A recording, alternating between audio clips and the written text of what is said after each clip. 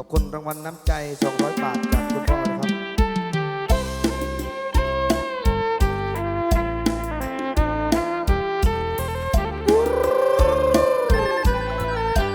เจ็บเจ็บนี่เรื่องอ่อนเลยเนาะสำหรับกันแน่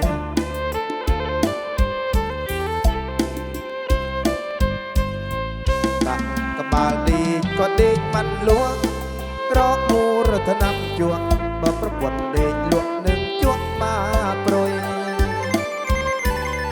จวกโรยเด็กลูจอดำสระว่ามับจับปุ้ยประเสงหุยหุยเธอโอ้ยคืนนี้ดีกรอกไงพูดทลายกวดทวีร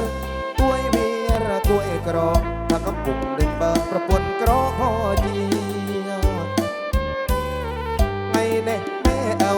มันเนาอ้อยเต้าเพียเปียตัวรูปเคลียปีเรียกโอนทลายดังเตียก็เกลียวตระเปียงเว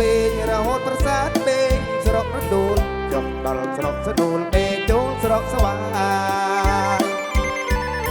ทั้งไงตรังเด็กโจลสรกสังเกตทั้งไงเบเด้งโจลตั้งใจเหลื่อมว่าโอนไหลโอบบ่ายสรกนาดีดีกรอดทั้งไงเคยโอนไหลจะมาโอ้เพิ่มจะแม่ต้องโกนต้องเมเพิ่มปรวมปรวมคดีเกลียวปรื้กรอกเลียงกล้าไปทั้งไงเลียงเตียโนเปลือกปรวมคดีตั้งเมต้องโกนขอเสียงวัยรุ่นหน่อยจ้าจ้าจ้าจ้าจ้า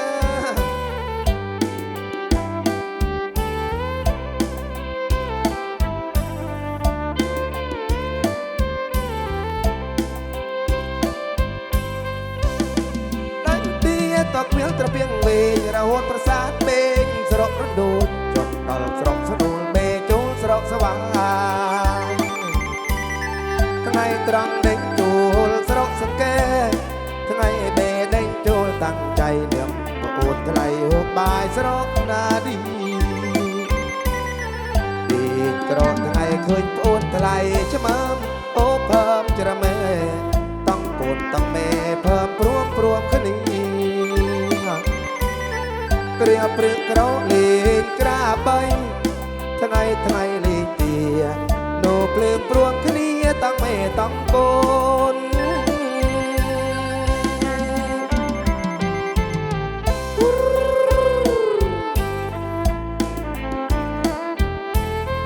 จ้าจ้าจ้าจ้า